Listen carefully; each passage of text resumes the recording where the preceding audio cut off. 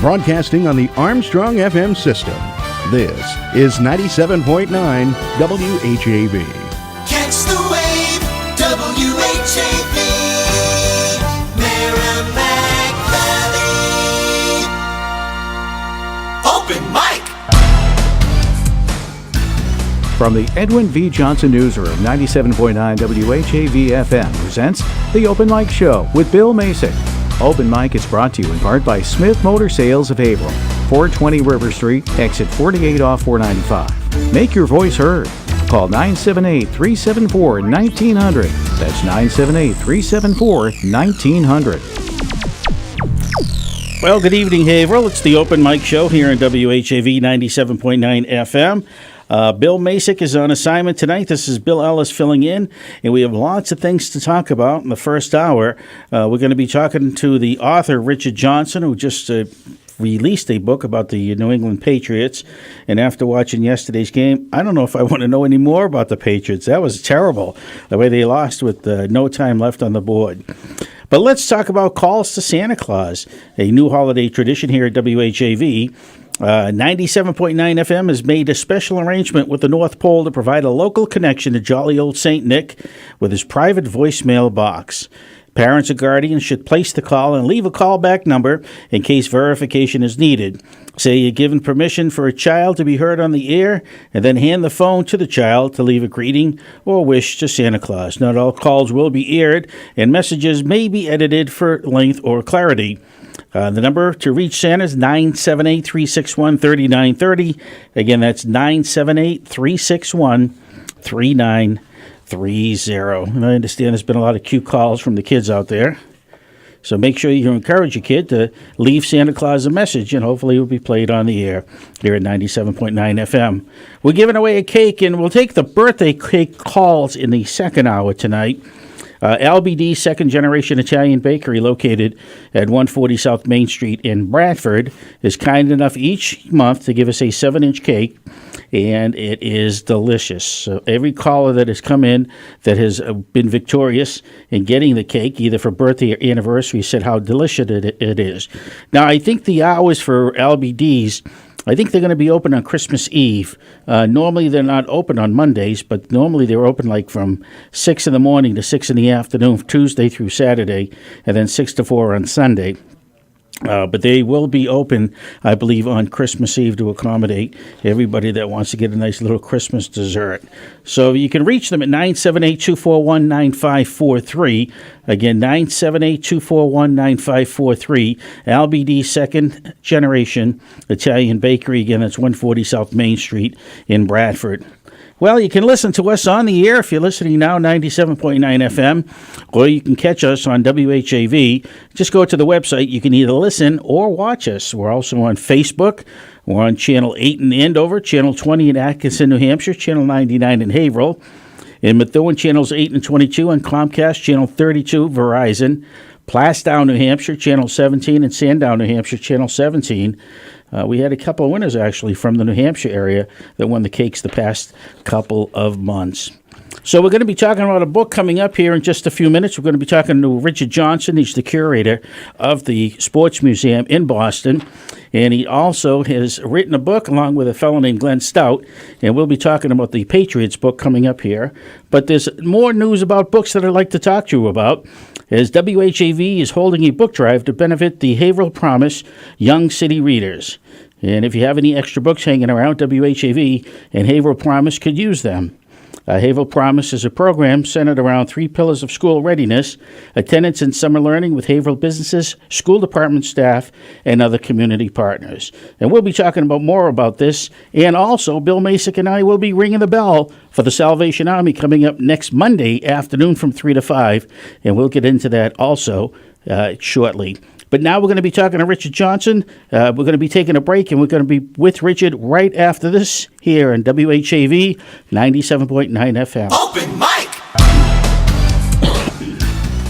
Bill Masick and the Open Mic Show will be right back. Get in on the action. Call 978-374-1900. Open Mic is brought to you in part by Smith Motor Sales of Haverhill, 420 River Street, exit 48 off 495. Broadcasting on the Armstrong FM system, this is 97.9 WHAV. That we deliberate and achieve with wisdom and understanding, recognizing the rights of all of our citizens with full regard for the dignity and justice of the individual. Each week, WHAV News brings you live gavel-to-gavel coverage of the Haverhill City Council.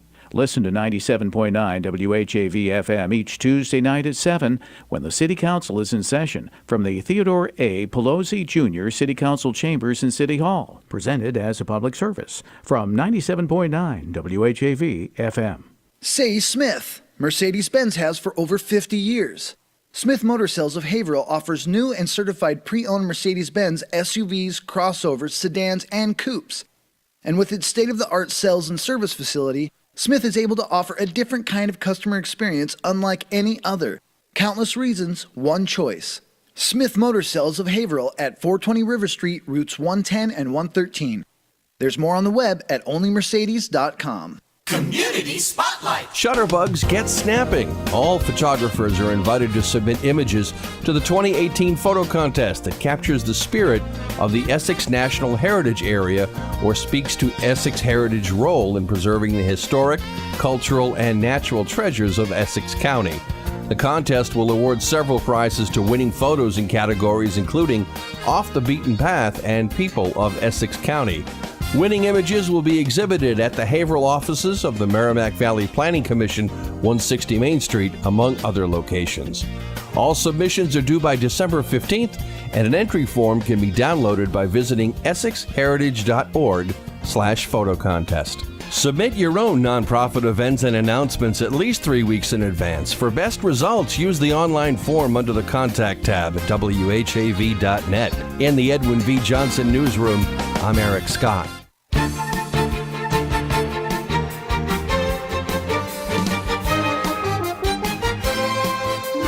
WHAV Open Mic. From the Edwin V. Johnson Newsroom, 97.9 WHAV FM presents the Open Mic Show with Bill Masick.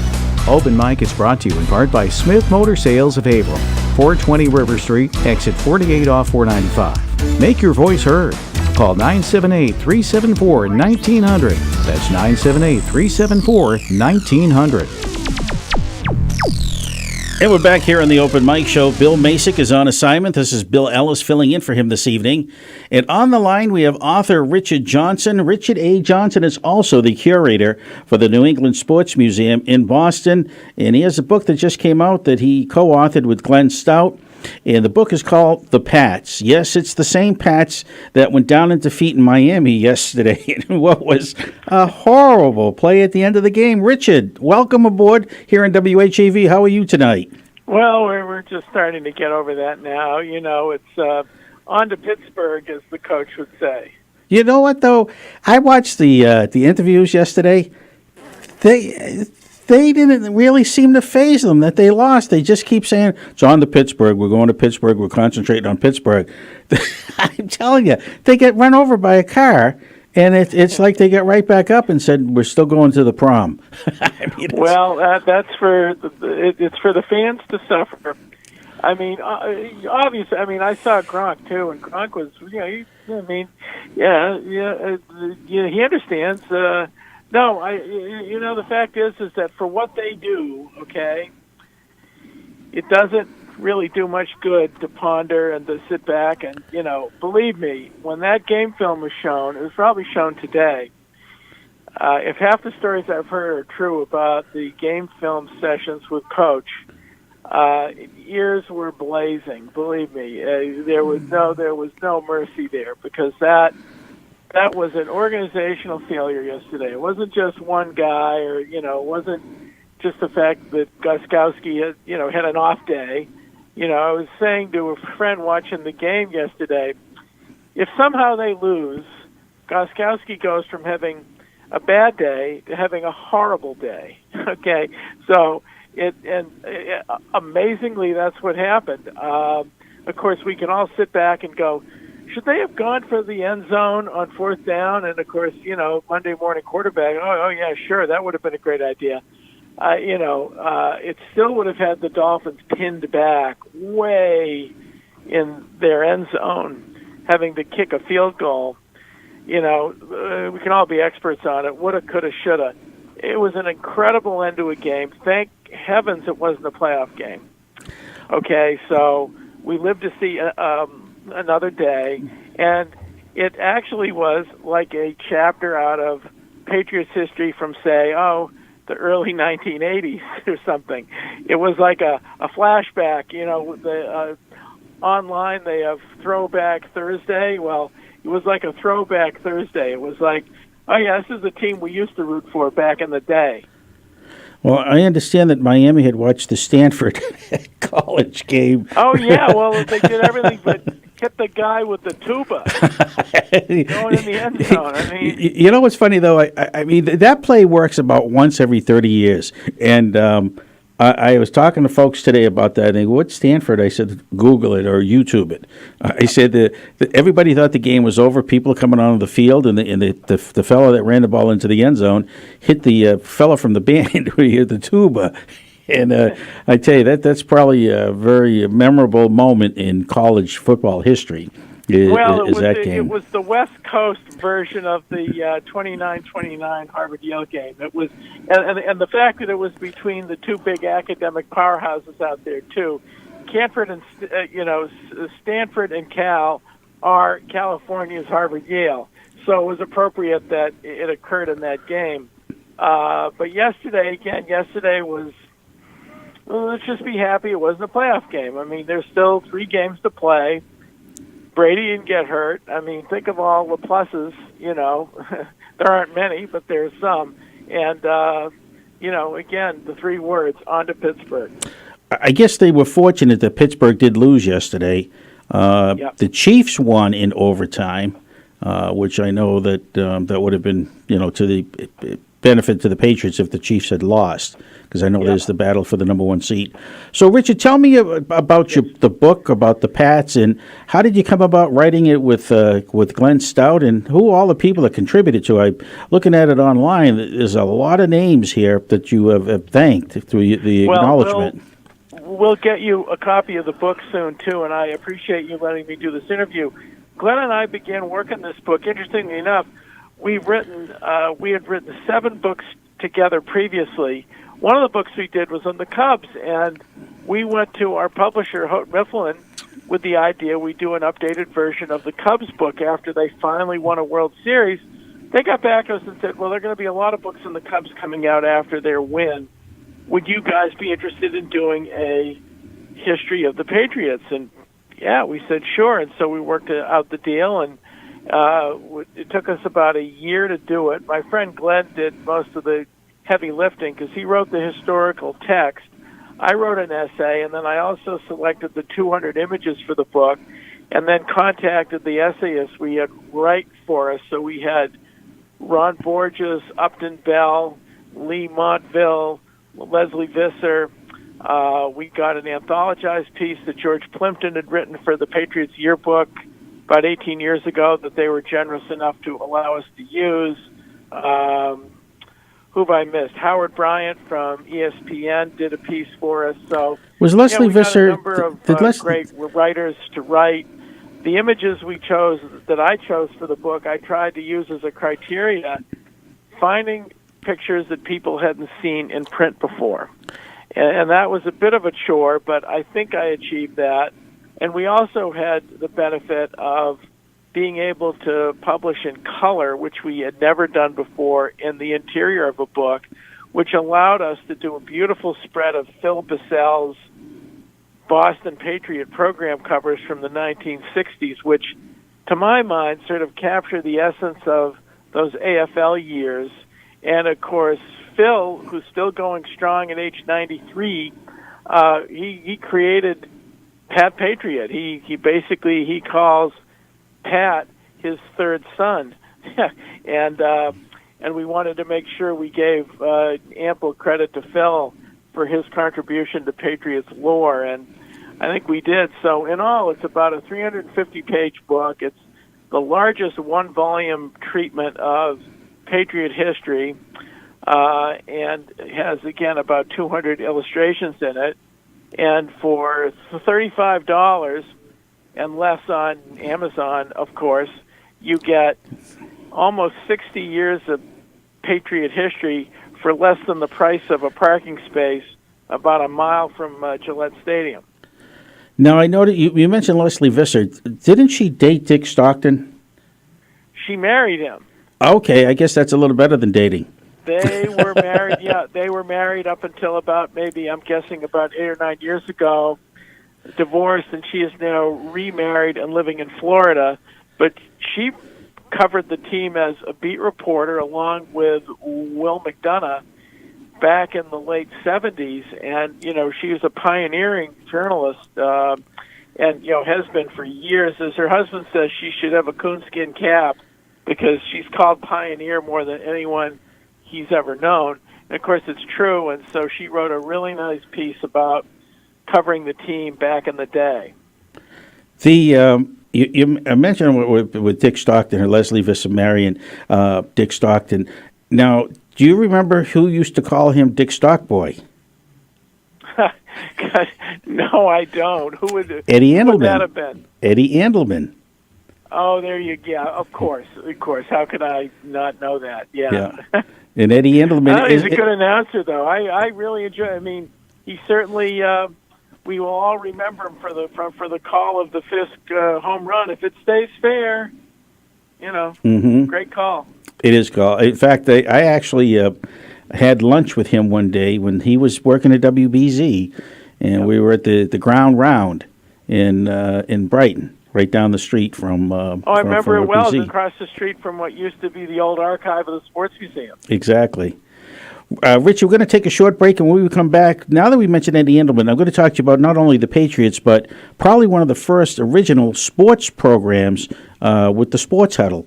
We'll talk about them right after this message here on WHAV Open Mic Show, 97.9 FM. Open Mic!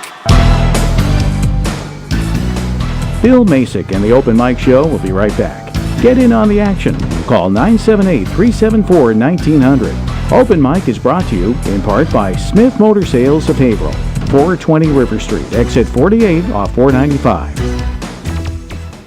Broadcasting on the Armstrong FM system, this is 97.9 WHAV. That we deliberate and achieve with wisdom and understanding, recognizing the rights of all of our citizens with full regard for the dignity and justice of the individual. Each week, WHAV News brings you live gavel-to-gavel coverage of the Haverhill City Council. Listen to 97.9 WHAV FM each Tuesday night at 7 when the City Council is in session from the Theodore A. Pelosi Jr. City Council Chambers in City Hall. Presented as a public service from 97.9 WHAV FM. 97.9 FM, WHAV. Catch the wave! Hi, Tom Bergeron here. I started at WHAV in 1972. And look, WHAV's still here, but it won't be if you don't help support it. Go to WHAV.net. Become a contributor. Keep us going. Say Smith. Mercedes-Benz has for over 50 years. Smith Motor Sales of Haverhill offers new and certified pre-owned Mercedes-Benz SUVs, crossovers, sedans, and coupes. And with its state-of-the-art sales and service facility, Smith is able to offer a different kind of customer experience unlike any other. Countless reasons, one choice. Smith Motor Sales of Haverhill at 420 River Street, routes 110 and 113. There's more on the web at onlymercedes.com. Wave weather! Now your wave weather forecast for Haverhill and the Merrimack Valley. Dropping all the way to 15 tonight, mainly clear and a light and variable breeze. Pretty quiet and calm tomorrow. Lots of sunshine, high around 34. Partly cloudy to mostly clear, low 22 Tuesday night. And right at the freezing mark and a little breezy for Wednesday, mainly sunny skies. I'm WHAV meteorologist Brian Ivy. Your next wave weather in 30 minutes. Open Mic! Bill Masick and the Open Mic Show will be right back. Get in on the action. Call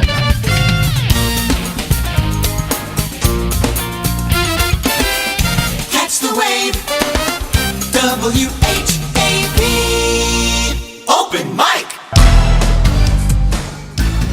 From the Edwin V. Johnson Newsroom, 97.9 WHAV FM presents the Open Mic Show with Bill Masick. Open Mic is brought to you in part by Smith Motor Sales of Haverhill, 420 River Street, exit 48 off 495. Make your voice heard. Call 978-374-1900. That's 978-374-1900. As the man said, 978-374-1900. We're on the line with Richard A. Johnson, the curator of the Sports Museum in Boston, and also he co-authored the book about the Pats with Glenn Stout. Now, Richard, how do you get started? When the publisher said, well, why don't you do a book about the Patriots, where did you know how to begin? Well, it actually was played to our advantage because I had written a book before for a company called Publications International called the New England Patriots Yesterday and Today. And that was a much shorter book. I mean, in terms of the template that fit, that was a much shorter book. And it was written in episodes. Like there was a essay, I wrote about probably 60 essays. So one on John Hanna, Leon Gray, Gino, the 85 Super Bowl team, so it but it didn't follow in a pure narrative form. So that was done. My friend Glenn Stout has written sports in Boston and the area for about 35 years now.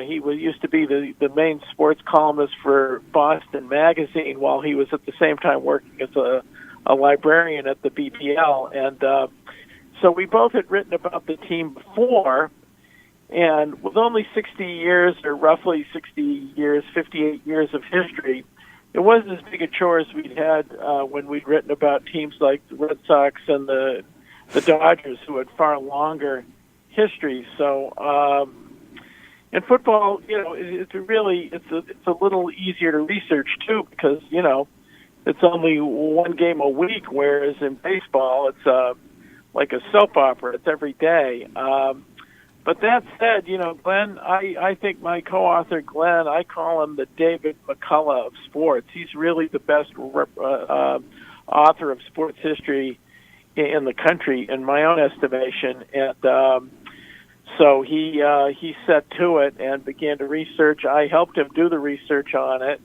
had a number of scrapbooks, and online sources these days are really good. You can get a lot of newspaper stuff just on your computer, and that's what we did. So the manuscript was due 3 days after the Super Bowl loss to the Eagles, and we got it in on time. That must have been depressing. Yeah, I mean, it's a thing where if the carrot's on the stick, you get it done. I must say, publishing these days is a lot different than it was 20 years ago. I would not recommend it to people who don't have an independent income or have a day job, or I would say have a day job and then be a writer, because it's really hard to make a living as an author unless your name is Stephen King, or J.K. Rowling. But the fact is that these sports books that we've worked on over the years are always start as a labor of love. We love sports.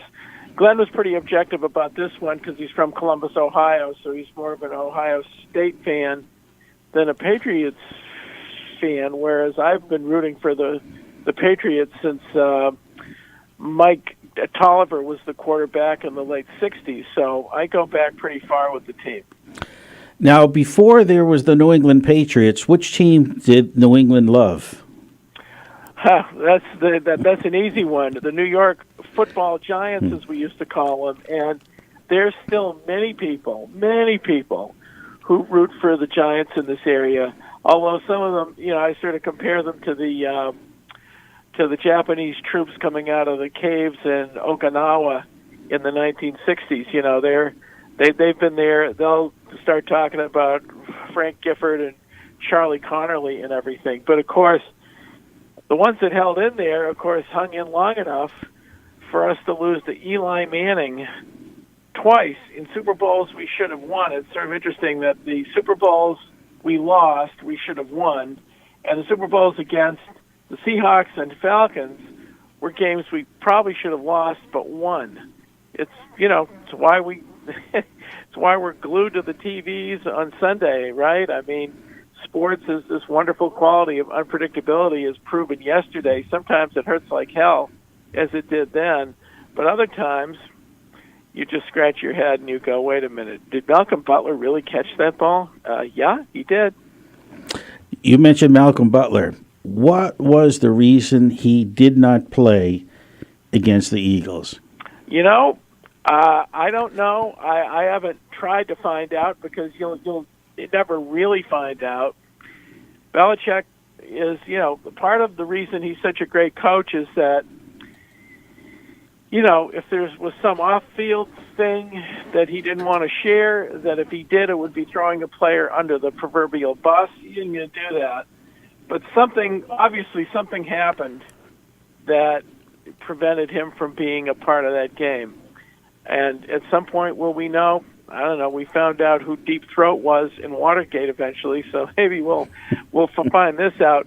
But I think it's the coach's preference not to air dirty laundry if it will reflect poorly on the player, even though keeping him out of the game brought a lot of attention to that issue. I mean, if they'd won the game, if Gronk had caught that Hail Mary pass at the end of the game, it'd be a footnote. They lost the game, so it's not a footnote. It's still right in the first paragraph.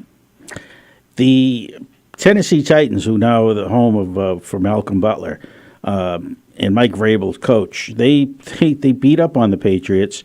But since then, the Tennessee Titans have not been good at all.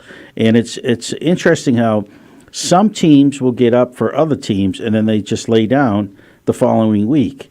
I mean, the Dolphins right now, they get up against the Patriots, but they'll probably lose 2 out of the next 3 games. It's true, and it basically also underscores the remarkable string that this team has put together over the past 18 years. It is just, you sort of cup your hand to your forehead and go, oh, wait a minute. We expect them to win every Sunday. We expect them to win with a quarterback who we saw play, basically, start playing when they were still debating the Florida Chads in the Bush-Al Gore election. I was still being talked about. It wasn't long after, the Supreme Court decided that one that, we're looking at Brady on the depth chart. And it's an incredible period of time. I mean, you look at quarterback-coach combinations in history, the great ones. So Otto Graham and Paul Brown, Bart Starr, Vince Lombardi, Terry Bradshaw, Chuck Noll, Bill Walsh, Joe Montana, right down the line. And these two have sort of combined for like twice or 3 times as long as those combinations have. And, we, of course, can't take it for granted. It's going to end at some point, hopefully within a couple of years. They draft a good young quarterback and have Brady help to tutor him and get him prepared. Of course, we thought we had that with Garoppolo, but it's just you just can't believe it. And other teams get up for us, but look at the teams last year that we thought would continue to be good this year, right? Jacksonville. Oh, Tom Coughlin's down there advising them. He's Nope. The Eagles. See you later. I mean, it really underscores just what a phenomena we're observing here. And yesterday was an anomaly. Yesterday was just a weird day. I mean, it was not characteristic of these guys. I'm predicting they bounce back in Pittsburgh. They'll play a great game. They collectively feel it. I mean, there's no doubt, again, as I said earlier, when the film was being shown today, believe me, Belichick didn't have to say a lot. It was all there on film, and we all saw it yesterday. And they'll learn from that, and they will go on to Pittsburgh. And I hope they go on to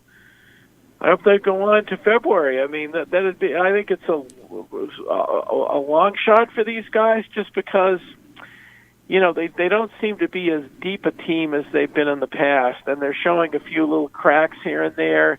Nothing hugely dramatic, but it's still you sort of hold your breath. The Patriots are going up against the Pittsburgh Steelers.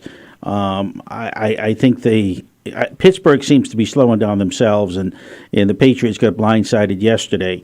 And I think there's a combination that that the Patriots, after today's probably get beaten up session watching the film, will probably come together, because they the thing is the discipline factor for the Patriots is incredible. And if you falter, too many times with the Patriots, probably most teams though, but Belichick just finds somebody else to fit in the spot. And, he loves the sport, I'm sure, but it's a business. And he's in the business to win football games. And he'll use whoever he has to win those football games. And I tell you, he just, you mentioned about the films today, and I'm sure he gave, a lot of heck to a lot of people. And I understand that he does curse. Didn't they catch him a week or so ago cursing at somebody? Well, it's interesting. At our tradition event for the Sports Museum, which was held at the Garden on November 28th, we honored Deion Branch, and he and Troy Brown were up on stage, and they had everyone laughing because they were talking about how the stage and everything we had set up at the tradition reminded them of the film sessions with Coach Belichick, where he is standing behind them as the film is being projected in front of them. And so they hear his voice, like the voice of the Wizard of Oz. And there was a little more profanity referred to than I would have imagined. And, of course, the Nesson crew that was there, Tom Caron, who was one of our MCs, said, well, they're going to have a little job bleeping this for broadcast. But it was very funny. And, of course, yeah, absolutely. Coach is in the business of winning. That's it, period. And, when guys don't do their job, that's the fire under them to basically make sure they get back on the beam, or else, they might not be there. I mean, it's not a sentimental business. This is not a business where, and with the fact the NFL is mostly populated by by non-guaranteed contracts, you're living from game to game. Now, if you do well, you do very well. You get paid very well. But if for some reason you go off the rails, see you later, alligator. And I don't think there was anyone that performed to that degree yesterday. But again, collectively, I'm sure they would agree to a man that, they deserve to lose that game, and they gave up in enough, they made enough mistakes so that, the end of the game was really something that the Dolphins sort of deserved, actually. And the fact that they pulled it off, that'll be in their highlight reel for their, for anyone who does a documentary about the history of the Dolphins. That, believe me, that'll be right in the highlight reel. When's the last time they won a Super Bowl? Was it 1985, 86? I'm trying to think. They did not win one with Dan Marino. So you're going back. I mean, boy, you're putting me on the spot here. Of course, we always keep hearing about that 1972 team that went undefeated, and if we have to hear Don Shula and Mercury Morris talk about that one more time, I think we'll throw a brick through the TV. But yeah, I mean that's the one that sticks out. Did they win one since then? Again, I'd have to Google it, and I'm here talking to you. So. Yeah. Understandable. We're on the phone with Richard Johnson. He just released a book, he along with Glenn Stout, called The Pats. It's an illustrated history of the New England Patriots. And where did you find all the different photographs and so forth for the book? Well, it's interesting. We had a few at the Sports Museum, so that was great. There were also some in my own personal collection. I went on to eBay to find some, actually. And eBay is a great source for that stuff, believe it or not. And then we contracted with the Getty Photo Agency to purchase a bulk of about 100 images used in the book. So that was good. And then the Patriots were very generous in allowing us to use a few images from them, too. So it was really a collective effort. But, I spent a lot of time on the computer just basically trying to find things. I knew where certain images were, just because, in curating the sports museum over the years, we've used images of the team, but there were shots that had to be in the book. So, for example, the Matt Millen, Patrick Sullivan incident at the Raider playoff game in '85, where Millen takes a swing at Pat, I think hits him actually, and they get into a scuffle. That had to be in the book, okay?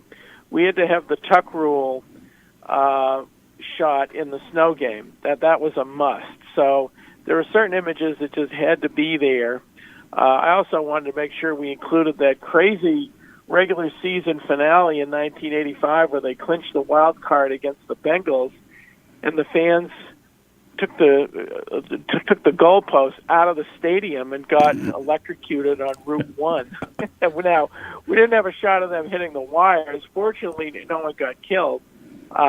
But we do have a shot of a kid on the goalpost as it's being torn down, hugging it. And I was actually at that game on the field, and, you had to be there to believe it. It was just wild.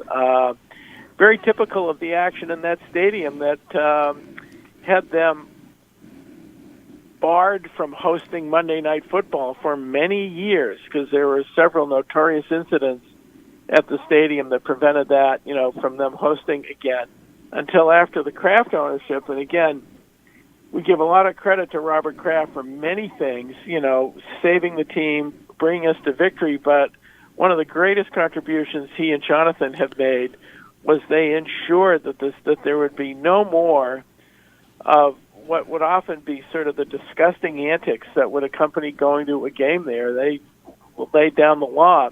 You do any of that stuff, you lose your season tickets. So, it was not easy, actually. With all that being said, it was not easy to find photographs of the fans acting crazy. The only image that sort of pertains to, really, the only two were the one of the goalposts with the kid from that game in '85, and then one of a cop carrying 2 cans of beer past a group of fans that he had confiscated the cans from them in the stadium.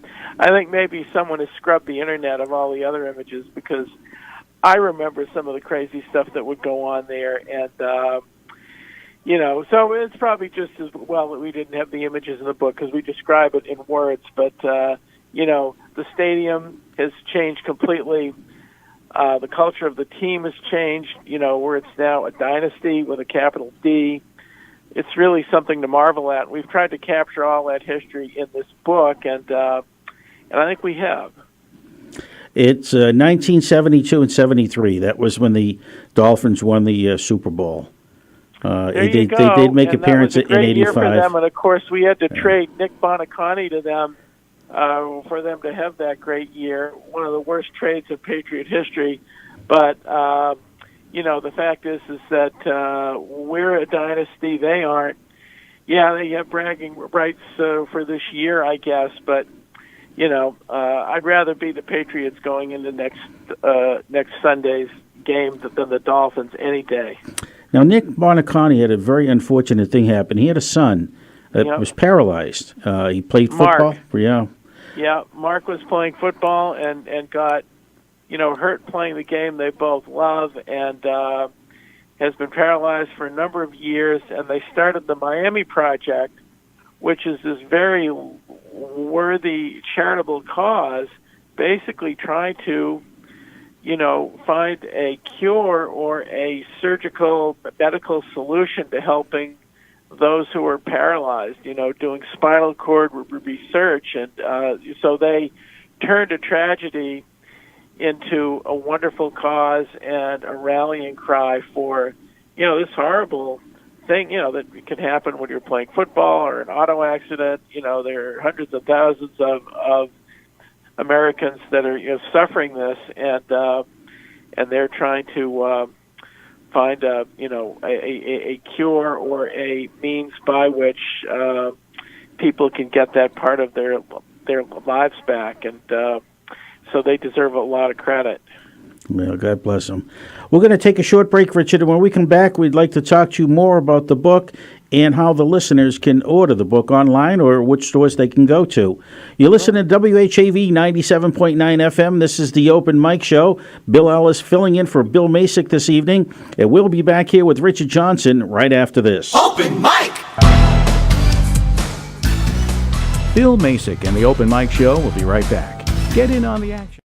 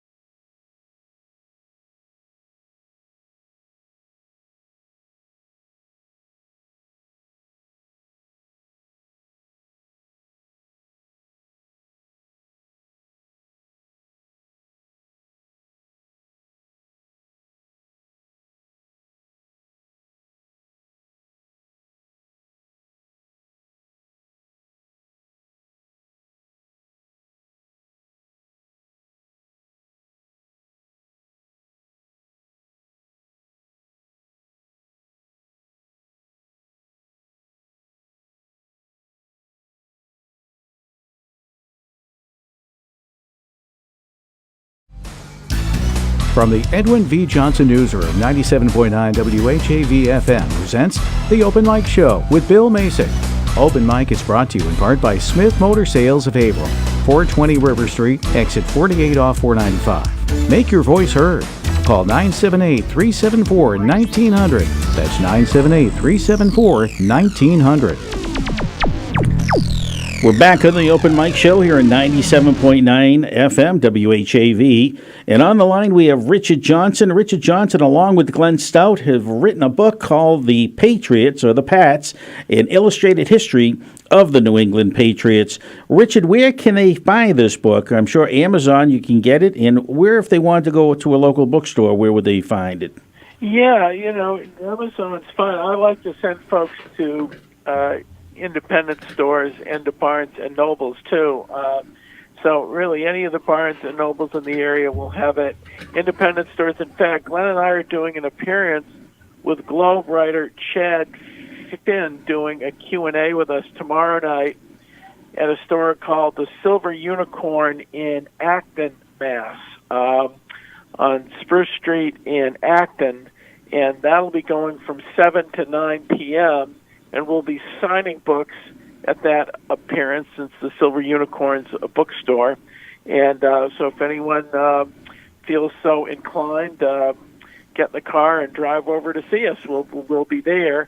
But again, you can order at usual online sources, Barnes & Noble, and most independent stores in New England have it, because, again, it's a hot topic, as we say.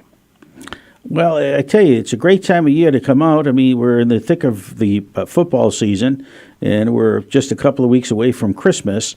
And I would think that anybody that has a like or a love for the Patriots, this would be a must-read. Now, when did you first fall in love with the Patriots? You said when you were just a young fellow? Oh, yeah. Well, it's interesting. I grew up in Worcester, and watching the AFL on Channel 4 on NBC and listening to Kurt Gowdy and Al DeRogatis do those games. And, of course, the Patriots weren't an AFL powerhouse at that time. I started following the team in about 1966. Jim Nance was my first Patriot hero. Of course, I got to know him afterwards, and what a great guy, what a gentle giant of a man, and a wonderful player. And I've gotten to know people like Gino Capoletti and Tom Usick, who is on the board of trustees at the Sports Museum where I work. You couldn't find a better person than Tommy. So, I've been a diehard Patriots fan. I'm not a real NFL guy, but I love the Patriots, and I love the old AFL because I think it was a better league. I think when the merger occurred, it was really the NFL that merged with the AFL other than the other way around. So I went to my first game at Boston College in November of 1969. So 49 years ago, I went to my very first game, and I've been a fan, since even before then. So that's how far back I go. Where are the different venues that the Patriots have played over the years? It's a great question.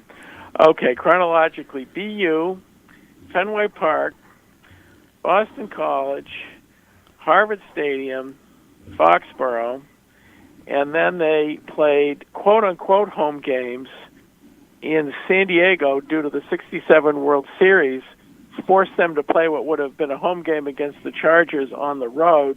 And then in 1966, they played a home date against the Jets in Birmingham, Alabama, because Joe Namath, star of the Jets, was a former Alabama star, and they figured the Patriots thought we'd make more money down there than we would playing the game at Fenway Park. So they played a home game in Birmingham, Alabama. If this stuff didn't actually happen, you couldn't possibly make it up. I mean, their early history is full of sort of crazy stuff. Now, there was talk at one time that they were going to go to Hartford. Was that a ploy? Well, no. I think they genuinely wanted to enjoy the benefits that other teams in the league had of, getting a state or a city to build a stadium for them, and they'd seen this happening, throughout sports. It doesn't seem to happen in Greater Boston, but they went to Connecticut, talked to then Governor John Rowland about this, and the deal that was on the table was they're going to build a stadium at a place called Adrian's Landing in Hartford, where the state would guarantee sellouts for 10 years, including the luxury suites, and cover the cost of constructing the stadium. And at the time, the deal with Connecticut said the Patriots cannot be at the same time concurrently negotiating with the Commonwealth of Massachusetts. Of course, what the agreement didn't say was whether or not the NFL could be negotiating on behalf of the Patriots with the state of Massachusetts. And that, in fact, was what was happening at the time. So while the Crafts were speaking to Connecticut, folks from the NFL working on behalf of the Patriots were also talking to the people at the State House in Boston. And, of course, I'm glad, I think everyone is glad, that the team ended up staying in Foxborough. That's where they'd been. They'd had some good years at the stadium there. It wasn't all bad. They had some great teams there. The 76 team was probably our best non-Super Bowl team, I think. And of course, the 85 team, and then the final game at the old stadium was the snow game. So, there are a lot of memories there, not just of the traffic jams, but it was interesting. So, was Connecticut used? No, I think it was viable at the time. Any time you're offered a free stadium and 10 years of sellouts, you've got to consider that offer. There's no question. But I think in their heart of hearts, the Crafts didn't want to be known as the people who left town, even though the team still technically would be in New England. But there were issues with the site in Hartford, too. It was a Superfund site filled with waste. Would have taken, years to clean that up before they even broke ground for a stadium. So, it was a long road, but the fact was is that if the Crafts are anything, they're good business people, too. Also fans. So the reason they bought the team is because they were fans. They were season ticket holders. They had gone to games. They experienced the same thing you and I did, sitting on those aluminum, seats, the benches that would be awfully hot during exhibition games in August and incredibly cold during the games in December, and that they had gone through all that. So, but it was a good thing they ended up back home where they were. But I think that whole exploration helped get them a better deal with the infrastructure at Foxborough, although they still built that stadium. I mean, you have to give them credit. Almost every other ownership group in Major League Sports in this country tries to get a sweetheart deal with a community to build up a stadium. It's why the Browns fled Cleveland, Well, I tell you, it was. I was there at the game where the inmate came out with the snow brush blower there and cleaned off the field. Remember the field goal against Miami? Oh, it's the immortal Mark Henderson, who of course goes down in history with Dave Henderson and Gerald Henderson as the trio of Hendersons that achieved greatness in Boston sports history. Now, what was he in jail for? I would have to look in the book to know. I think it was something that was mild enough for him to be allowed out on a release program to work at the stadium. So, but he might be out there listening to us now, and if he is, I take my hat off to you. That was great. That snow brush came out. It wasn't a snow plow; it was a snow brush. Right. And Don Shula is still furious about that. He is still. If you even mention that to him, smoke starts coming out of his ears. The stadium now is beautiful, but the stadium sits on a piece of property that that I had a fondness for. Absolutely, the harness track, and that was part of the reason they got the property is because E.M. Lowe, who owned the track at the time they got the stadium, he basically wanted to, get more people coming down to Foxborough, say, well, they'd spot the track and they'd go there too, so it was really a twofer. And, of course, we all know what ended up happening, unfortunately, for the track, but that was part of the dynamic. Richard, we have to take a break at the top of the hour. Can you stay with us a little longer? Absolutely. All right, we're going to take a 7 o'clock break here on WHAV 97.9 FM. We're speaking with Richard Johnson. He's my idol when it comes to anything sports, and he says I'm his idol when it comes to anything with women. No, I'm just kidding. So anyways, we'll be back here on WHAV 97.9, the Open Mic Show. Open Mic! Bill Masick and the Open Mic Show will be right back. Get in on the action. Call 978-374-1900. Open Mic is brought to you in part by Smith Motor Sales of Haverhill, 420 River Street, exit 48 off 495. It's 7:01. WHAV LP Haverhill.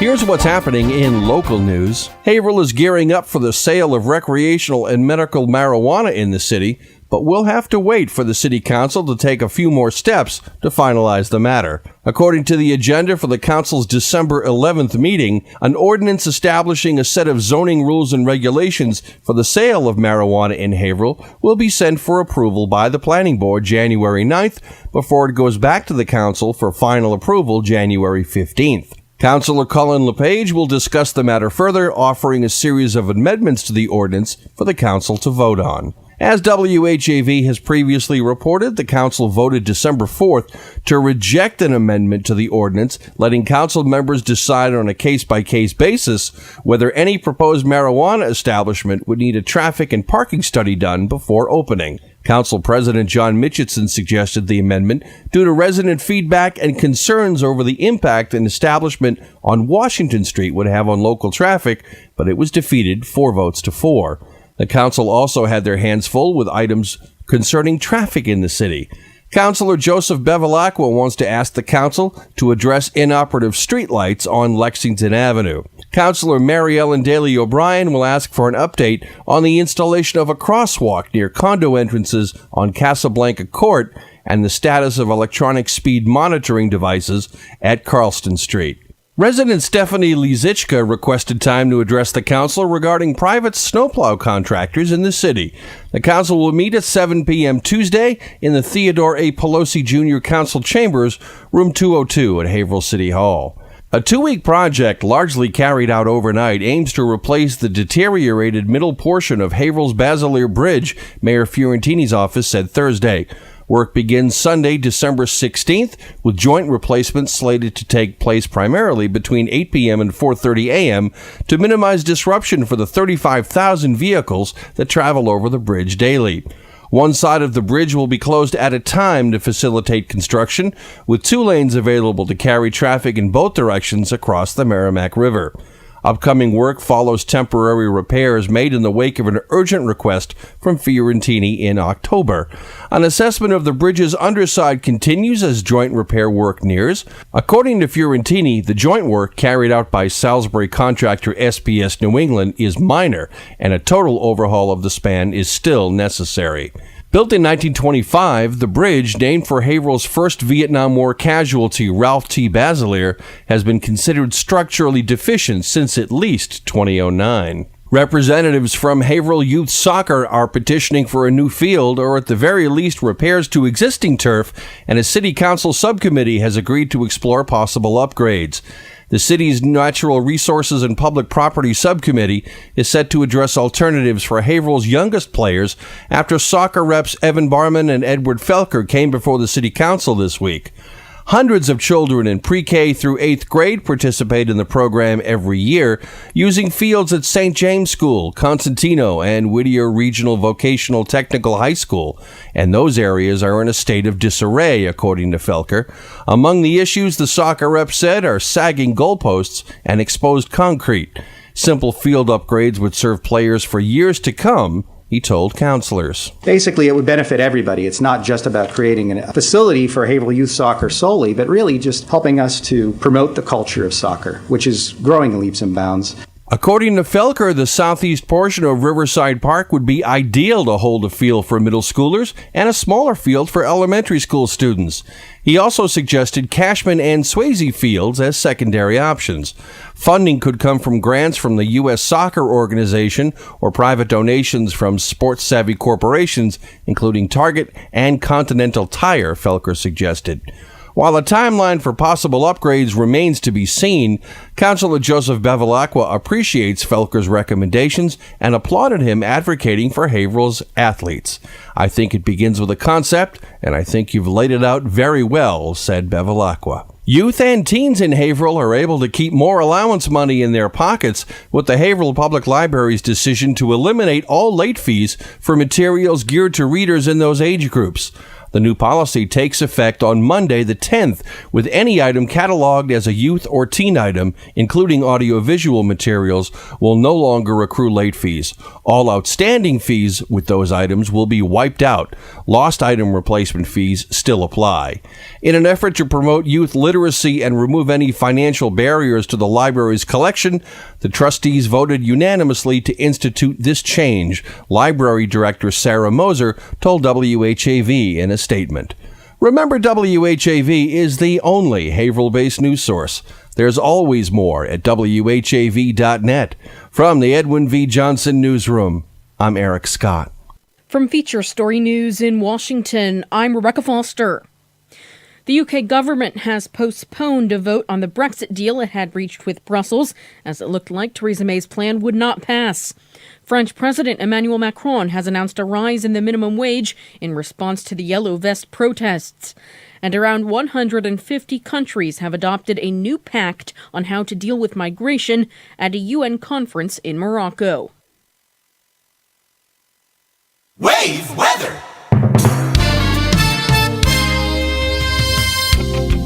Now your wave weather forecast for Haverhill in the Merrimack Valley. Dropping all the way to 15 tonight, mainly clear and a light and variable breeze. Pretty quiet and calm tomorrow. Lots of sunshine, high around 34. Partly cloudy to mostly clear, low 22 Tuesday night. And right at the freezing mark and a little breezy for Wednesday, mainly sunny skies. I'm WHAV meteorologist Brian Ivy. Your next wave weather in 30 minutes. Broadcasting on the Armstrong FM system, this is 97.9 WHAV.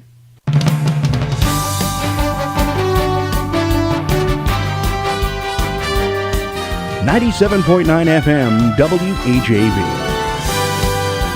Catch the wave, WHAV, Merrimack Valley. Open mic. From the Edwin V. Johnson Newsroom, 97.9 WHAV FM presents the Open Mic Show with Bill Masick. Open Mic is brought to you in part by Smith Motor Sales of Haverhill, 420 River Street, exit 48 off 495. Make your voice heard. Call 978-374-1900. That's 978-374-1900. And we're back on the Open Mic Show here on WHAV 97.9 FM. Hey, remember that we are giving away a holiday cake, I guess it could be called, for this month, or actually for a birthday or an anniversary in the month of January. I guess the holidays go all the way through the wintertime. LBD Second Generation Italian Bakery, which is located at 140 South Main Street in Bradford, Mass., generously donates a cake each month, and it goes to a winner of either an anniversary or a birthday celebration coming up. And the last show of the year that we'll be doing here at WHAV, we'll be giving away a cake. We'll give the name of the person that will win it, and their birthday or anniversary must be in the month of January.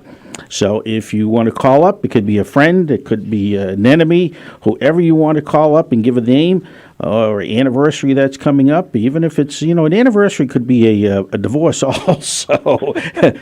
But and LBD's Second Generation Italian Bakery is kind enough to make that 7-inch cake, and they do have special hours coming up on Christmas Eve. Normally they're closed on Mondays, but they will be having hours open on Christmas Eve. Go see them on their Facebook page. Their normal hours are Tuesday through Saturday, 6 a.m. to 6 p.m., and Sunday from 6 a.m. to 4 p.m. And one other thing I want to talk about is the WHAV is holding a book drive to benefit Haverhill Promise young city readers. If you have any extra books hanging around, WHAV and Haverhill Promise could use them. A book distribution is a huge part of the readiness bucket. One of the top indicators of literacy is a basic as how many books does your family have in their house. Andy Vargas has mentioned this, and finding out that the low-income families to medium-income families don't have as many books on hand, and it's a definite sign if you want to try to get more educated, try to get books into your household, and WHAV is working with this, and you can bring books into the WHAV studios located at 189 Ward Hill Avenue. Before I get to that, Richard, how many books do you have in your house? Oh boy, we had to get a storage unit to get the overflow. Probably about 5,000 books. It's nuts. Well, if you have any that you want to donate, you can bring them down here to WHAV, or maybe I'll pick them up from you and bring them to Assistant Editor Allison Corno, and you can reach her at 978-374-2111. Her extension is 115. And that's always good to have books in kids' hands. There's an old thing: if they have books in their hands, they don't have pistols in their hands, which is a positive thing. And one other thing, and I don't know if you've ever done this, Richard, but this will be my first time. Yep. I'm going to be ringing a bell for the Salvation Army, Bill Masick and myself, from 3 to 5 p.m. next Monday afternoon at the Westgate Plaza Market Basket. We're going to be ringing the bell for the Salvation Army, and we want to invite everybody to come on out and visit us, and maybe we'll have a cup of cocoa or a coffee or whatever that. What do they put in those little flasks? Boy, I don't know. I don't have one, but I've heard that it's usually something a little stronger than hot chocolate. But No, it's a great cause. It's a great cause for the books. We'll advise your audience that turn the TV off. You're instructed only to listen to WHAV when you're not reading. Exactly. Now, I'm reading as we were speaking.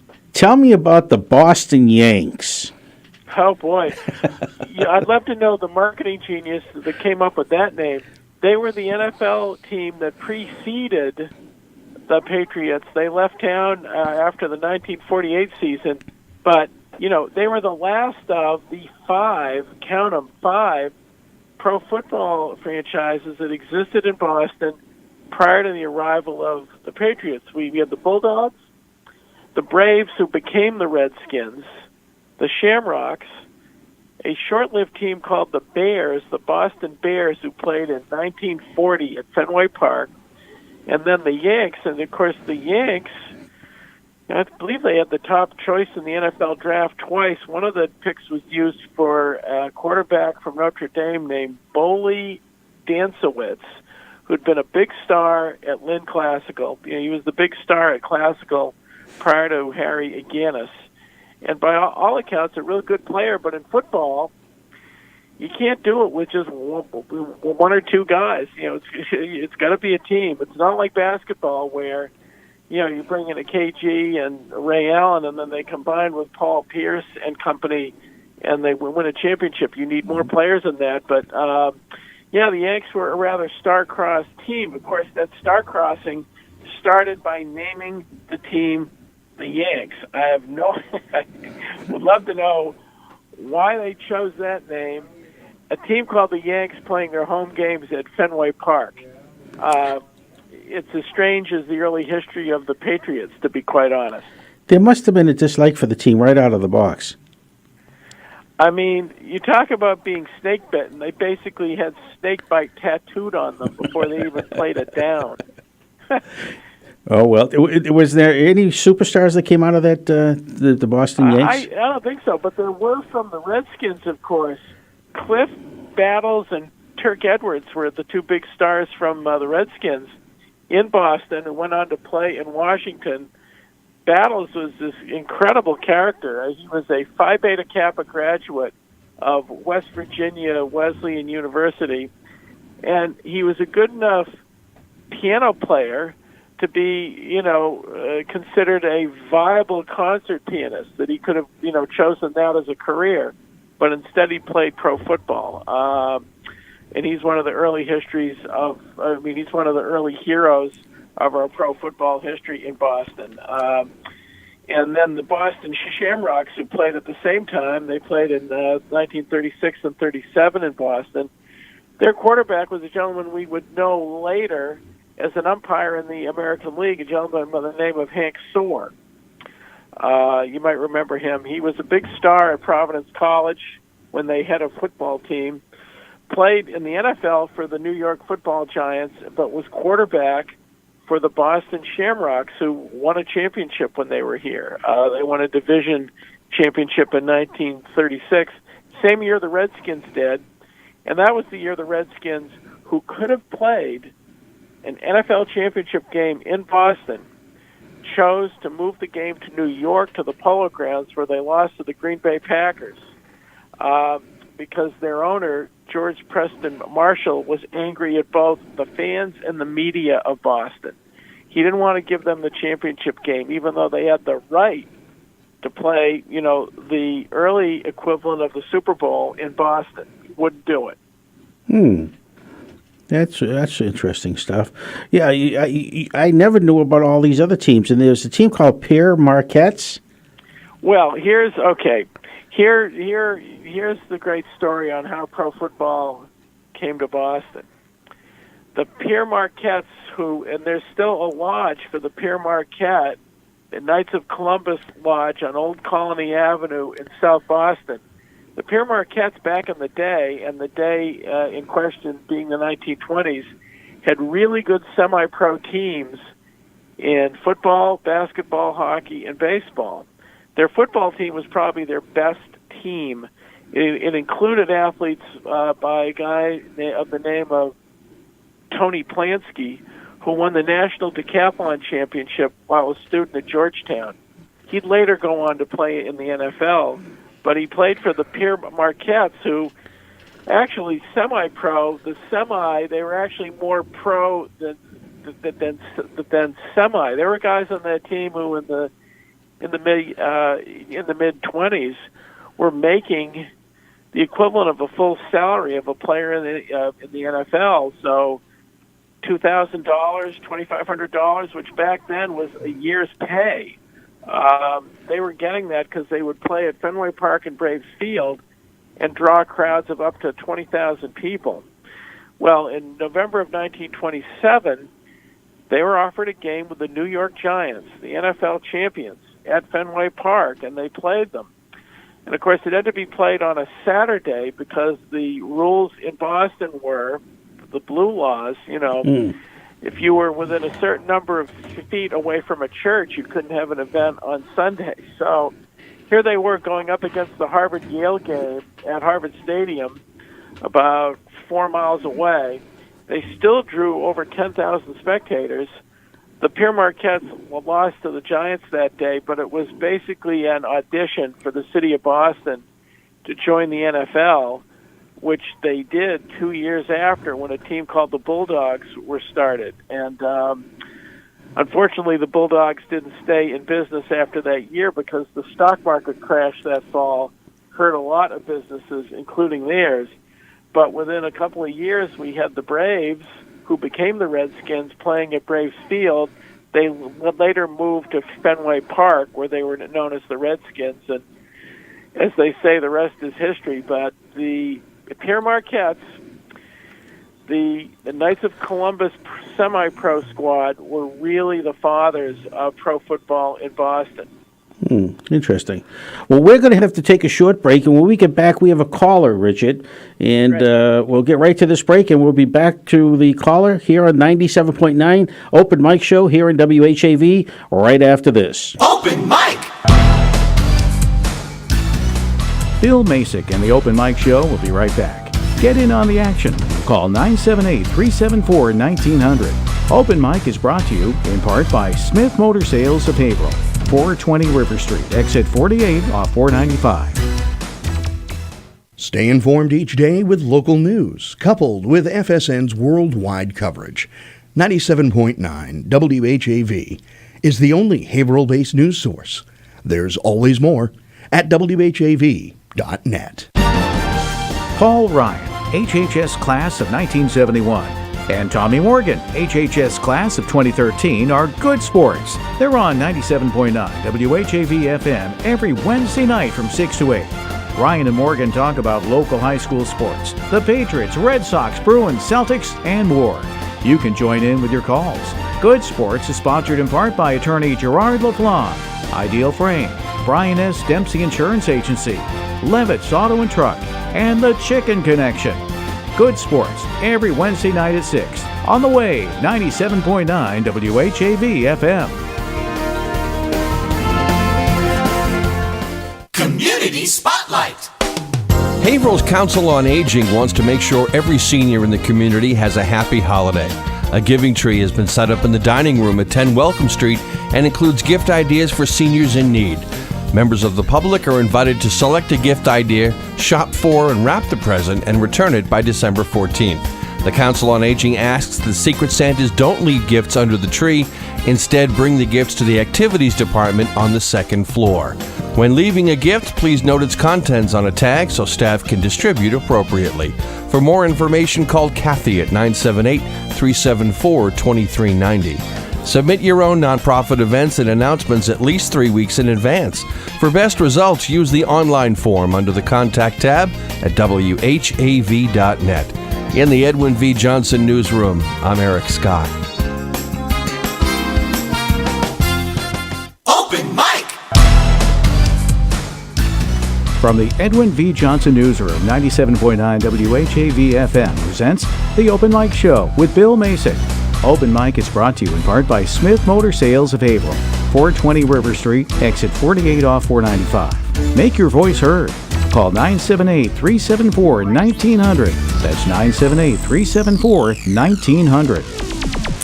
And we're back on the Open Mic Show here on WHAV 97.9 FM. Bill Masick is on assignment this evening, and this is Bill Ellis getting to sit in the big chair. I always love it. It's so very comfortable. Richard, just a quick note, just not talking about football, but they've determined that James Bond has a severe drinking problem. Did you see that on the internet today? Okay. No, I did not. Yeah, they measured it out that during his 6 decades on the screen, a drink touched his secret agent's lips 109 times at an average of 4.5 times per movie. And so they've determined that this fictitious character has an alcohol issue. God bless 007. They Well, say. it's probably because but also that's probably why they have to keep changing actors, too. yeah. They keep going into rehab. They got to bring somebody. I'm a Sean Connery guy all the way. To me, he'll always be James Bond. Yeah, he is. He was really great. Well, Richard, we got Richard Johnson here on the phone, and Richard wrote a book along with Glenn Stout called The Pats, and it's a book about the New England Patriots in the football. And I tell you, just going through what I can see on the internet, this is great reading, and it's definitely a book that I will be buying. It's called The Illustrated History of the New England Patriots, The Pats, by Glenn Stout and Richard A. Johnson. Now, we have a gentleman on the line that we'd like to have bring on here. His name is Jerry, and Jerry is a regular caller here on WHAV. And Richard, Jerry is 90 years young. You out there, Jerry? What did I do? Jerry, you out there? Yes, I am. All right. I can barely hear you, but speak. Pardon? Can you hear me? Sure. Wonderful. Do you have a question for Richard? Tonight. You have a wonderful guest tonight, really. Thank you. A wonderful guest. I was just wondering, I know that you've written a lot about football. I'm sorry. But I was just wondering if you've ever done any research on Jim Thorpe. You know, of course, he played in Lawrence for the Lawrence Millionaires many years ago. My dad had a second job. He worked in the wood mill, but then when they had professional baseball, semi-pro baseball at Old Sullivan Park, Jim Thorpe came and he played baseball there. My father used to sell tickets, at the gate there, And that was interesting. My father passed that story along to me. Just wondering if you had read much about Thorpe. Yeah, I certainly have, and that's the first time that I'd heard that story. It's great. Of course, at one point, Jim Thorpe played for the Boston Braves, the baseball team, and he also, of course, his first appearance in Boston was at Harvard Stadium playing for the Carlisle School against Harvard. And I once talked to a gentleman named George Owen, who was a great defenseman for the Bruins, was on their 1929 Stanley Cup team. He also played football and baseball for Harvard and was a big football star as a two-way player, a linebacker and a fullback. And he said the reason he began playing football is because his father took him to see Jim Thorpe and the Carlisle School play Harvard. I think it was in about 1905 or 6. And Jim kept playing. He basically was a barnstorming athlete back in the day. He played pro baseball, of course, after the Olympics.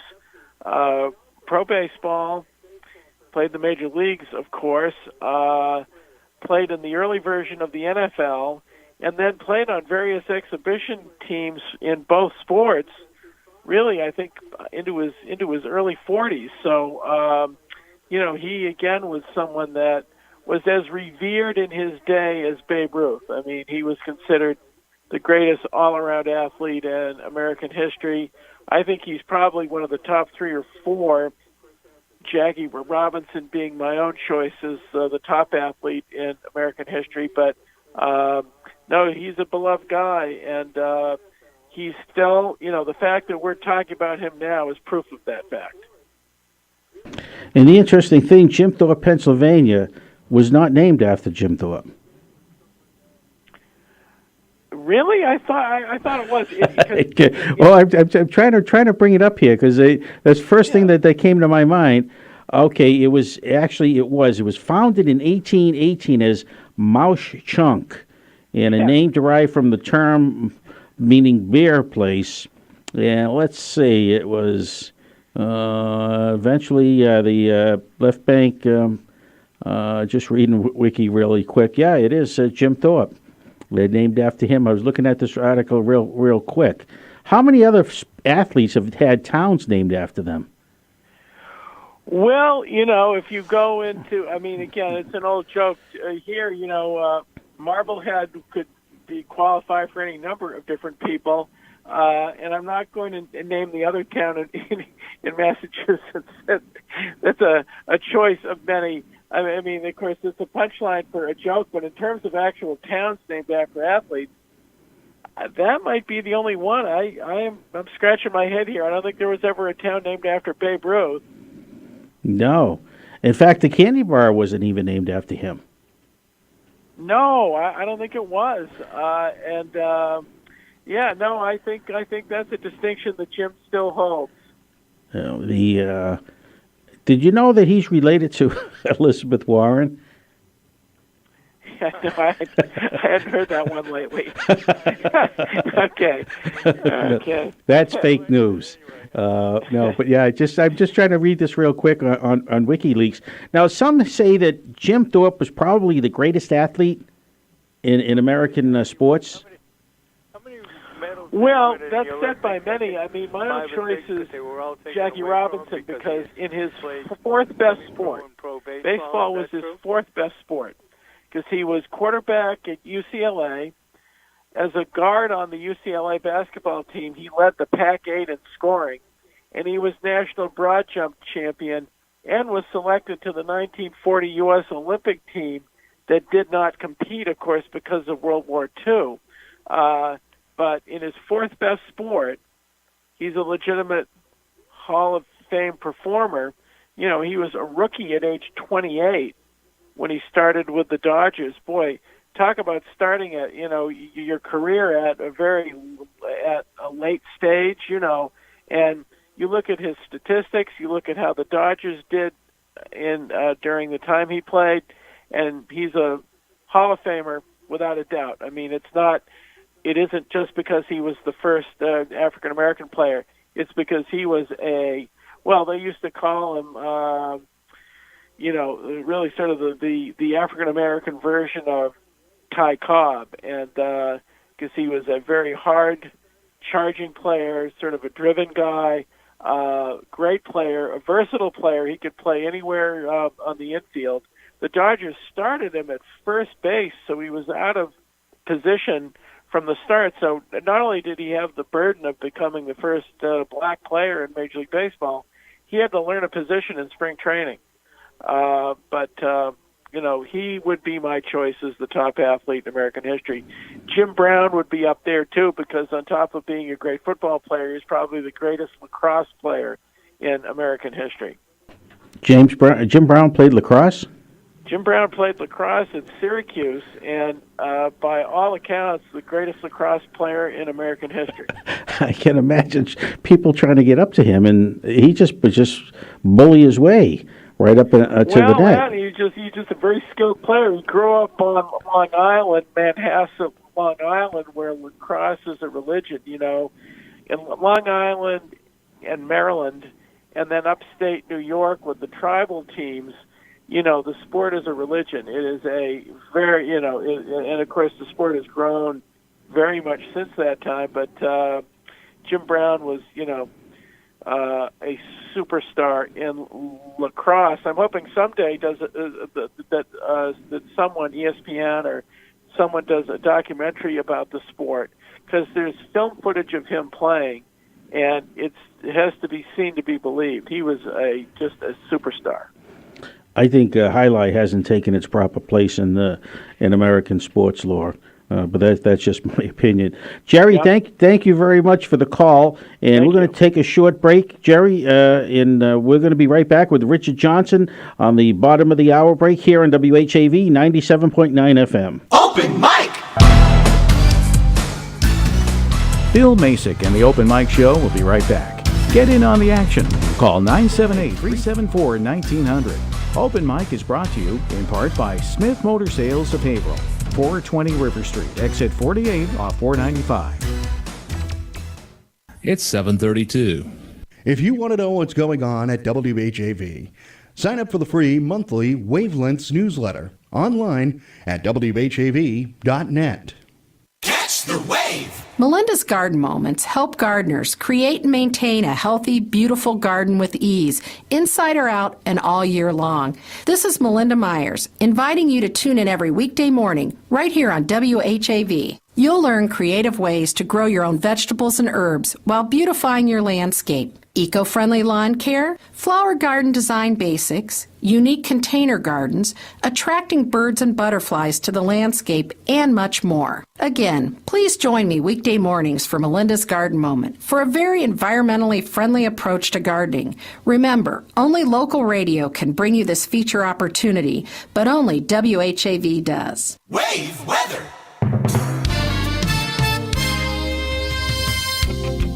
Now your wave weather forecast for Haverhill and the Merrimack Valley. Dropping all the way to 15 tonight, mainly clear and a light and variable breeze. Pretty quiet and calm tomorrow. Lots of sunshine, high around 34. Partly cloudy to mostly clear, low 22 Tuesday night. And right at the freezing mark and a little breezy for Wednesday, mainly sunny skies. I'm WHAV meteorologist Brian Ivy. Your next wave weather in 30 minutes.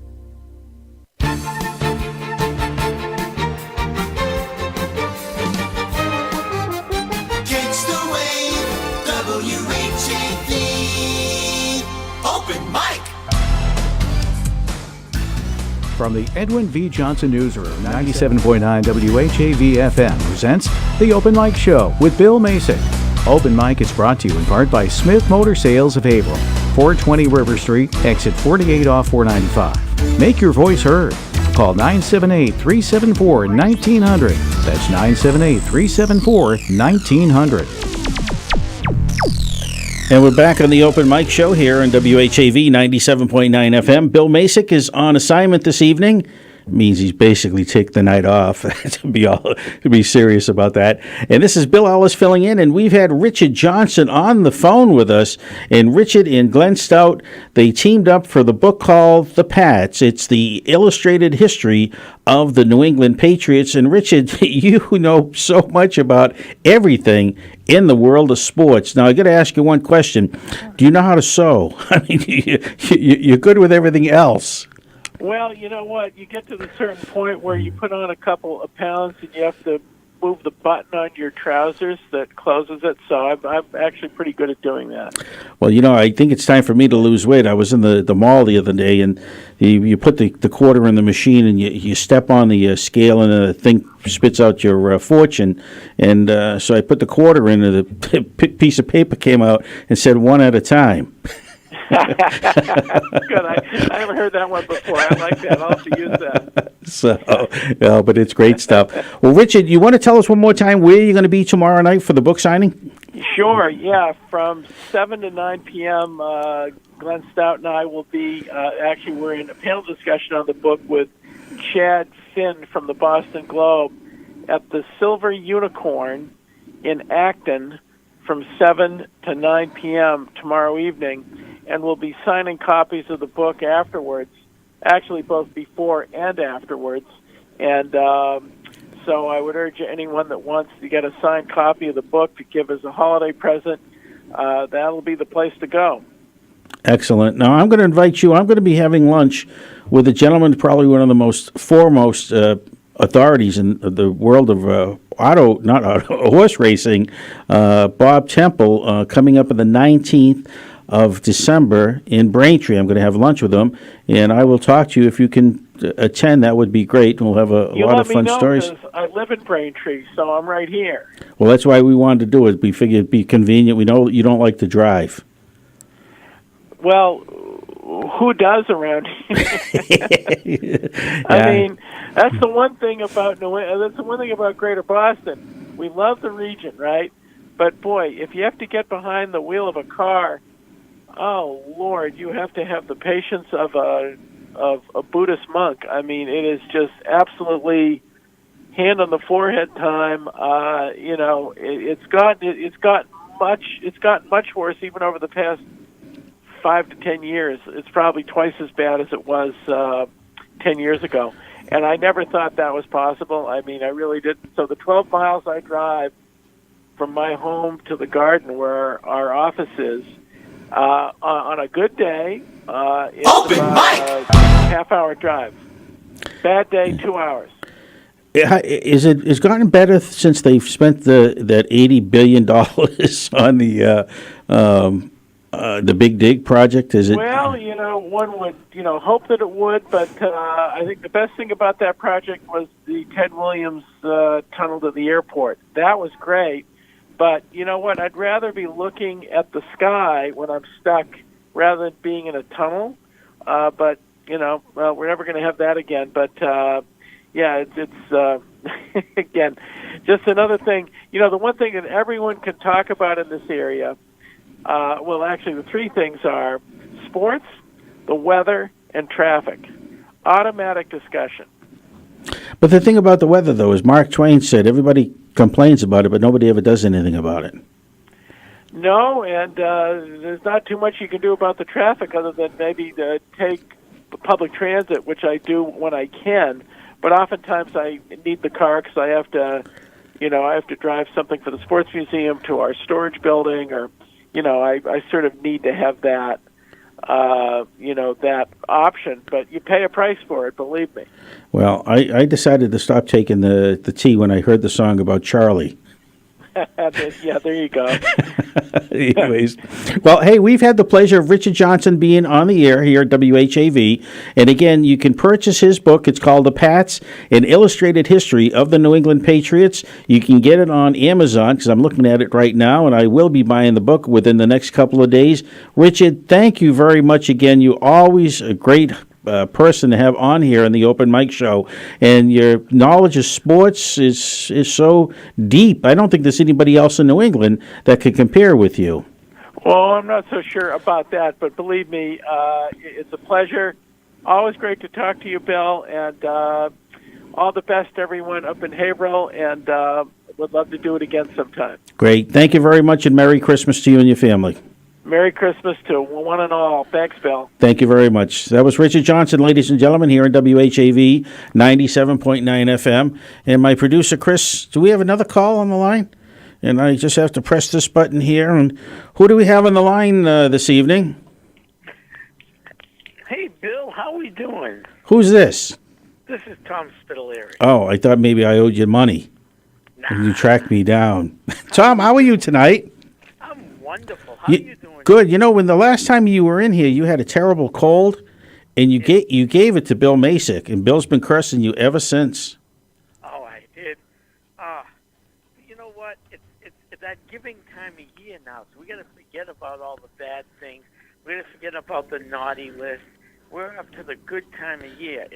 It's the holiday season. It's the time to give thanks to our friends, our family, and our veterans. That is true. We do owe a lot to our veterans. And, Tom, one thing I wanted to ask you about was, because you probably one of the most interesting people I've ever met with the work that you do with the spirit world, I guess you could call it. And you're also heavily involved with Christmas. Can you tell us about the Christmas Carol, The Ghosts of Christmas Past and Present and Future? No, I wish I could, to be honest with you. I watched it when I was a kid. I read the book. I've been to the play. But no, I don't know. We got to remember this. There are spirits all around us wherever we go, past, present, and future. So, and sometimes we got to remember, especially our past spirits. And this year is kind of a different type of year. I mean, this is the first year for me personally. A veteran won't be sitting at a table for me, in front of me. That would be my dad. Oh, okay. I'm sorry to hear that. He was a Korean War veteran. So this year, the Wreaths Across America, which is being sponsored by the Hilldale Cemetery Association, My volunteer coordinator, Tammy Dabrowski, is running around ragged, and she did a great job. With the help of Counselor Tom Sullivan and Counselor Melinda Barrett, we have over 300 REITs. We ran the VFW. I almost forgot about Keith Gopskill at the VFW commander. Because of them, we are over 300 REITs this year. So over the 300 veterans are going to receive REITs at Hilldale Cemetery this year. How many? December 15th. How many veterans are there buried there, Tom? You know, I was saying about 1,000, but we've been doing a lot more looking and researching. I think we got maybe 700. We're still in the process of looking. Tammy, my Civil War historian, Joe Bella, and another board member, Kim Ocasio, they've been going out there looking for every veteran stone we have right now. How far back to the people that are buried? 1859. 18 what? 1859. 59. We do have 417 Civil War soldiers. Wow. And some of those soldiers fought in the Sioux Wars, and some of those soldiers, besides the Civil War, fought in the Sioux Wars. We have World War I, World War II. We have Korean War veterans, Vietnam War veterans. We have veterans from almost every war, from the Civil War on up.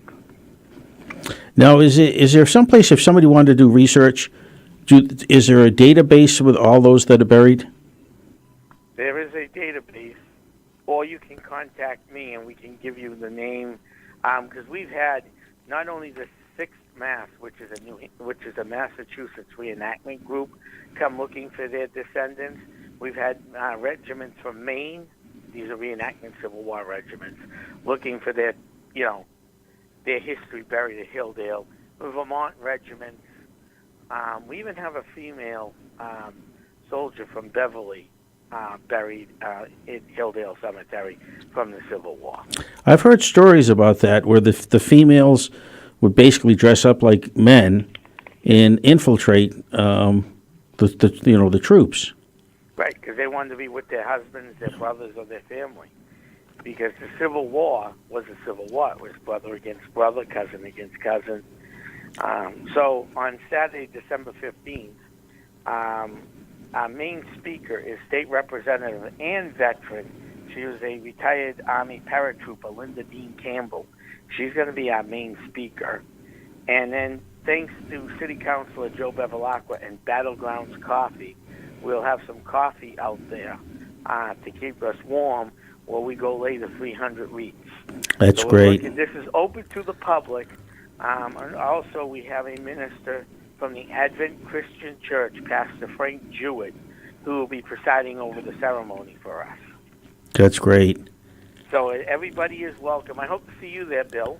Yes, most definitely. I would love to see you there that day. I'd love to see everybody there, every veteran, every family member of a veteran, and if you lost a veteran this year, it may not be your cemetery, it may not be where your veteran is buried, but if you're out of town, you're living in Havel now, and your family member was a veteran buried somewhere else, and you want to pay homage to what they did, come on down to Hilldale. Last year was our first year doing it. We had 225 wreaths. We had over 60 people show up to the first commemoration of the wreath ceremony. Wow. So this year we're hoping for a bigger turnout. Hopefully the weather stays with us. I got my fingers crossed. I'll be writing letters to the North Pole and hoping they can hold the weather back for us. And if not, we're going to try to get some tents, canopies donated or loaned to us for this event. That's what we're working on hard this week. That would be great. To make sure this event goes over well. And again, if it wasn't for Tammy Dobrowski, my volunteer coordinator, who's also on the board of directors, this, and with the help of Councilor Tom Sullivan and Melinda Barrett, we wouldn't even come. We were less than a week and a half away. We only had 60 wreaths. And then all of a sudden, in the last week and a half, we went from 60 to over 300. That's great. Hey, Tommy, we got to take a short break. Can you stay with us? I can. Excellent. Well, you're listening to the Open Mic Show here on WHAV 97.9 FM, and we're going to be back right after this message. Open Mic! Bill Masick and the Open Mic Show will be right back. Get in on the action. Call 978-374-1900. Open Mic is brought to you in part by Smith Motor Sales of Haverhill, 420 River Street, exit 48 off 495. Your membership enables WHAV to remain local and independent. Consider joining at WHAV.net. Catch the wave!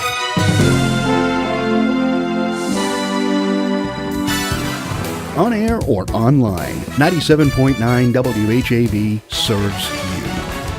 Twice an hour weekdays keep up to date with exclusive local news and weather. Find out about civic events on Community Spotlight every quarter hour. And better prepare with WAVE weather every 30 minutes.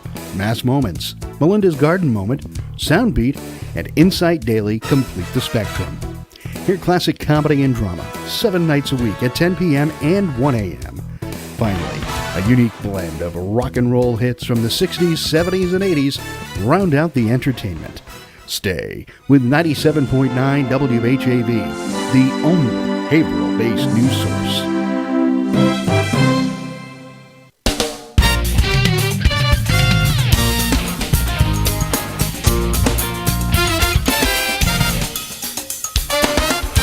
WHAV Open Mic! From the Edwin V. Johnson Newsroom, 97.9 WHAV FM presents The Open Mic Show with Bill Masick. Open Mic is brought to you in part by Smith Motor Sales of Haverhill, 420 River Street, exit 48 off 495. Make your voice heard. Call 978-374-1900. That's 978-374-1900. And we're back on the Open Mic Show here on WHAV 97.9 FM. Bill Masick is on assignment this evening. This is Bill Ellis filling in, and we have Tom Spitaleri on the phone. Now, Tom, the wreaths ceremony that will be taking place, I recall, is this something that started out of the state of Maine? It did, yes. In fact, today someone had posted pictures on Facebook, former Haverhill resident Rick Barber, of the first trucks leaving for Washington, right through Algonquin, Route 1 in Algonquin. They had a parade. They had people on the side of the road cheering the trucks on. It's quite the... it makes you want to think. It makes you gulp a little bit when you see things like that. Well, you know, you and I know that I haven't fought in a war. My son's been overseas. Well, neither have I. And we are blessed in that these people have laid down their life for us. I was in Arkansas a few years back and came across a cemetery, and all the stones said unknown, and they were said CSA on them, Confederate States of America. And they were soldiers from Arkansas and Texas that were camped there, and they lost hundreds of them from disease. And the disease was so rampant, when the person died, they basically dug a hole beside him and threw them in and then covered them up to try to keep the disease from spreading. And it wasn't until the turn of the century that people that were members of that particular regiment came back. They dug up all the burial spots that they could find and then put everybody into a cemetery. Right. They were buried all about. But it's, when you walk through a cemetery and you see these guys that lay down their life for you and me and all of our listeners, we can never thank them enough. No, you can't. You can never stop thanking a veteran. And, I hope when people come if they're not veterans, then they're more than welcome to come. When you see a veteran, make sure you shake their hand and thank them. Most definitely. Now, the December 7th, 1941, 77 years was remembered last Friday, and for the first time since they had the ceremonies, they didn't have any members of the USS Arizona there. There's 5 people that are remaining alive, but they're not well enough to have attended. No. And it's another chapter, that soon the page is going to be turning. You take those guys and World War One turned a few years ago. Now it's World War II. We'll be turning another chapter. And then we'll have Vietnam down the road, and, life goes on. I mean, it's very sad. You know what's sad, though? It's been many years since I've been in school. And I wonder if they teach the kids today about what transpired. You take World War One and the introduction of, like, mustard gas. And you take World War II, man's inhumanity to man. And how so many soldiers that left did not come back. Right. Because... Well, let's go back even further. The American Civil War, more people died of disease and everything else. I mean, because those bullets didn't really go through you most of the time. They got stuck in you, and you died from poisoning. Yeah, lead poisoning. If you know that, I think you could get hurt just having somebody throw one of those bullets at you. I mean, I've seen them. My son collects military stuff, and they're just chunks of lead. Yeah, that's all they are. Yeah, I've seen them. Big chunks of lead. It's very, very, and even before that, our Revolutionary War heroes, which the ones buried in Haverhill would be at the Pawtucket graveyard. And before that, even our French Indian War heroes. The Civil War we'd mentioned before we were talking about brothers against brothers and cousins against cousins and so forth. What I thought was unusual is a lot of times when these troops would be camped, the North versus the South, maybe a mile or so away from each other, they used to meet in the forest in the middle of the night. You had coffee, I had beef jerky, and they would trade. And then when the sun would come up in the morning, it would be a totally, different scenario. And the fellow that you traded with the night before, you may be staring at him, and he's staring back at you, and you both have a rifle pointing at each other. Right. It's war is tough, and it's just but these people sacrifice so much, so we have the country we have today. And that's the idea behind Meets Across America, is to celebrate our veterans. We celebrate them on Veterans Day. We celebrate them on Memorial Day. We need to celebrate them in the time, the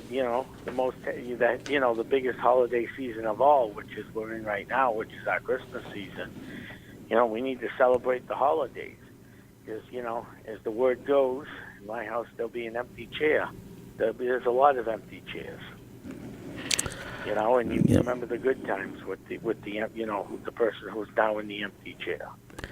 And, that's what we're doing tomorrow. That's what we're going to do on the 15th. We're going to remember these veterans.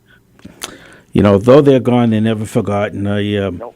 My father was in World War II era, and I actually thought about him today. I was on the Mass Pike, and I noticed that every overpass on the Mass Pike as I was heading westbound had police or fire vehicles up above. And I thought this was kind of odd. I was talking to a fellow on the phone. I said, gee, I wonder what's going on. And then I noticed there wasn't any traffic coming in heading eastbound. And I noticed a couple of motorcycles, police motorcycles. And then I turned, a radio station on and catch the traffic, and they mentioned procession. And I knew exactly what it was. It was the firefighter that lost his life in Worcester. And then all of a sudden, saw the stream of blue lights flashing, and the vehicles were escorting his body. And my father, when he had his funeral, he was a Boston policeman, and there was 3 different departments that came. And, it's how they send off, one of their own is really very impressive. And I was great at the funeral, admiring everything that was going on, but when the bagpipes played, its emotion just overcame, and it's great though that we can remember those. And Tommy, what you're doing is tremendous. We're almost out of time. Can you tell us one more time what's happening this Saturday? Saturday, December 15th at noontime, we will be laying over 300 wreaths at Hilldale Cemetery. And then afterwards, we'll have a little, get together there. We're going to have coffee supplied by Battlegrounds Cafe, thanks to Joe Bevilacqua. Again, I got to thank Tom Sullivan and Melinda Barrett, and of course Tammy Dabrowski, who's on the board of directors at Hilldale Cemetery. She's my volunteer coordinator. Because without them, we would not be where we are today. Great. And I want to thank WHAV for all the help they've had, because without them, we wouldn't have been where we are today when you guys ran that a few weeks back for us. So I wanted to thank WHAV, too. Thank you very much. Thank you again, and best of luck with it. On Saturday, hopefully, Mother Nature will not rain upon the ceremony. Right. And it will be a nice day, and it will be a nice day, just knowing that you're going to be there with many others to remember the fallen soldiers. Thank you, Tommy. Have a good night. Well, we want to end the show with a couple of different notes here. It's going to be fun. Bill Masick and myself will be ringing the bell at the Salvation Army at the Westgate Plaza Market Basket here in Haverhill next Monday, December 17th from 3 to 5 p.m. I mentioned to Bill, I said, if everybody that donates $1, we'll make it like a kissing booth, and Bill turned red as a beet. In fact, he looked kind of like Rudolph. He was so red. But we won't do that. $10 maybe, but not just $1. But anybody who wants to come out, we'll have a laugh or two. And it's going to be next Monday, December 17th from 3 to 5. Bill Masick and myself will be ringing the bell at the Salvation Army location, which will be located at the Westgate Plaza Market Basket here in Haverhill. And one more thing, great gal that works here at WHAV, Allison Corno, wanted me to remind you about the WHAV holding book drive to benefit Haverhill Promise with the young city readers. The Haverhill Promise program centers around 3 pillars of school readiness, attendance, and summer learning, with Haverhill businesses, school department staff, and other community partners banding together to prioritize success. Haverhill Promise organizer and state rep Andy Vargas says getting books onto family bookshelves is a key component of the initiative. And it's always great to be able to pick up a book instead of turning on the TV set and having a chance to read. And if you have any books that you want to bring by here, we'll take them here at the station. And we're located at Ward Hill, 189 Ward Hill here in Haverhill. You can drop by weekdays from 9 to 4, or you can call Assistant Editor Allison Corno ahead of time. Her number is 978-374-2111. Extension 115 if you plan on stopping by, and she'd be more than happy to meet with you here.